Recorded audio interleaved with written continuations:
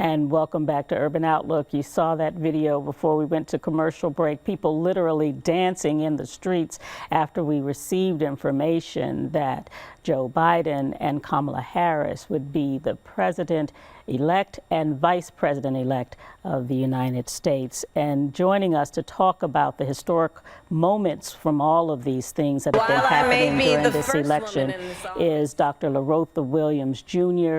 He is professor of African American, Civil War, Reconstruction, and Public History at Tennessee State University. You saw those visuals. I'm sure you were probably, like the rest of us, watching all the results come in, Dr. Williams. I wonder, when you saw the final verdict and thought about the fact that we now have not only the first woman, but the first black woman and the first woman of Indian descent who has taken one of the highest positions in the land as Vice President of the United States. What went through your thoughts, your mind at that point? To be blunt, I thought it was about time.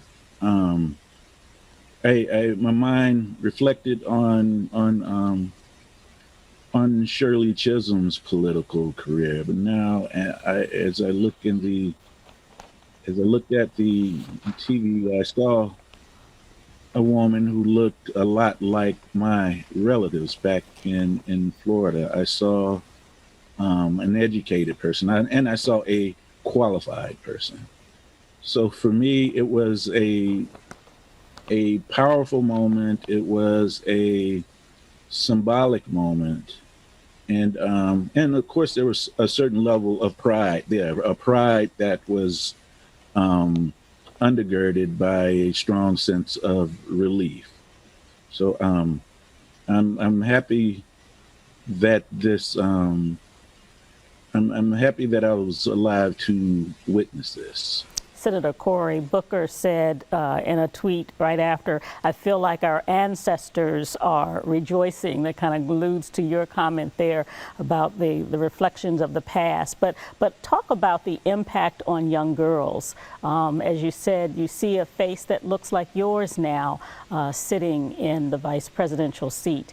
So what will that mean for girls of color and boys too, to see someone at the table at the White House, someone like Senator Kamala Harris? Well, this is important because it's, in terms of tables, it's the most important table in the land. And we know that our voice, particularly the voices of black women, the perspective of black women or women of color, has been missing from these tables.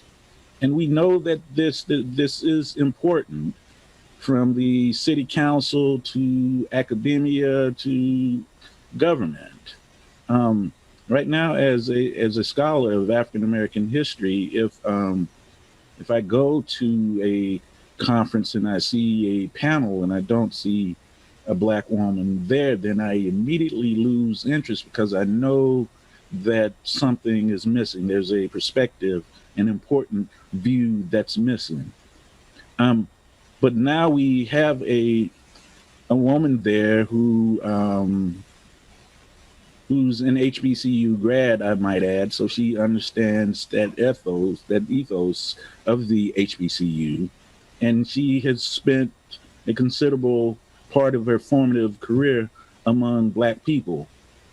So it is a perspective that is much needed. I think that her presence there is as important, or we might see a little bit later on how this plays out. It might be even more important than when President Obama became president of the United States, because now we have the perspective of a black woman at the height of government.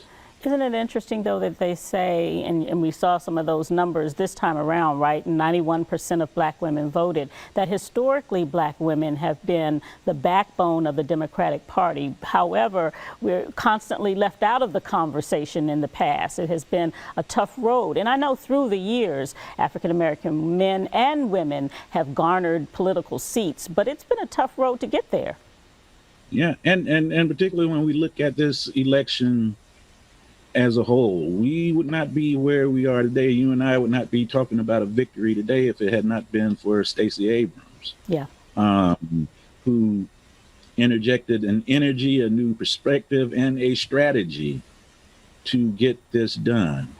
So it will, somebody much younger than I will be writing something about this moment and the role that Black women played in it. But if it's going to be an accurate history of this time that we're going through right now, Black women need to be at the center of the discussion. Dr. Williams, we have just a couple minutes left, but I want to end the show by talking about what the Biden-Harris ticket takes on now, right? So they're taking the lead in a country that is dealing with a pandemic that no one, unlike most people, have seen in history. They're taking on the leadership of a country that is divided. There are racial differences. There are economic struggles that are going on.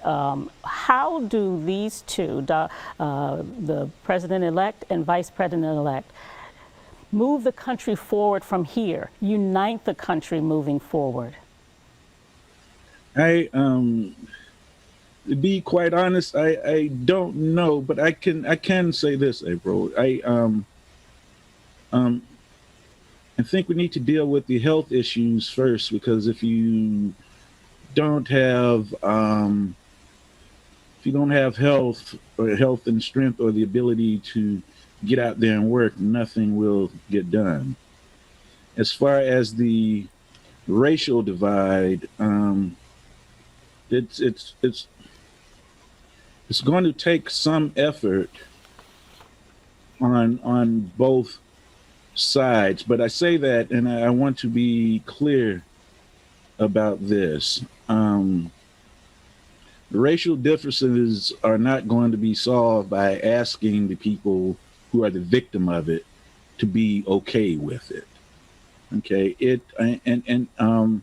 instead of the conversation that I'm hearing now, where it's one that seems to speak to African Americans, what can they do to get along with these folks, with these 70 some odd million that voted for Trump? I think the question needs to be posed to them.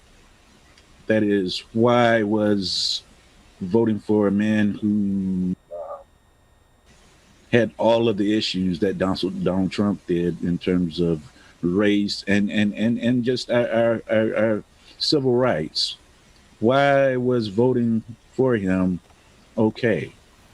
I remember one of the most troubling things that there were a lot of troubling things in this administration, but there was when the whistleblower in Southeast Georgia reported that they were giving out involuntary hysterectomies to immigrants.